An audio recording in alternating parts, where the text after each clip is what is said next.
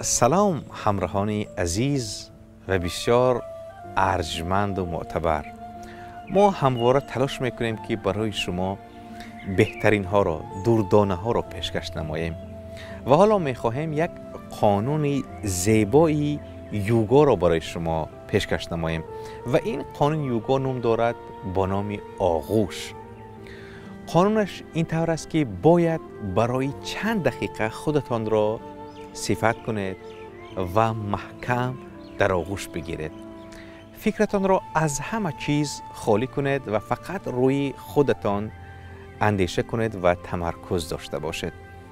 راستی خیلی وقتا فکر میکنم اگر این حرکت هم مثل خیلی از کارهایی که انجامش برایمان عادی شده است یا ضرور است به زندگیمان اضافه کنیم علاوه میکردیم چه خوب میشد. مثلا به مثل غذا خوردن، مثل خوابیدن، روز یک بار هم خودتان را صفت کنید و محکم در آغوش بگیرید و تمام خیالتان را برای کسی که میگذاشتید در آغوش شما میبود آن وقت شاید محبت کردن به خودتان را یاد میگرفتید.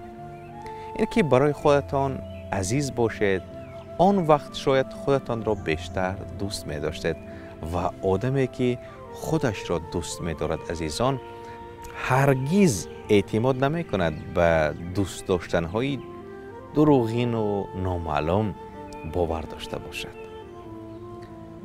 عزیزان خودتان را صفت کنید، خودتان را درست بشناسید و خودتان را در آغوش بگیرید.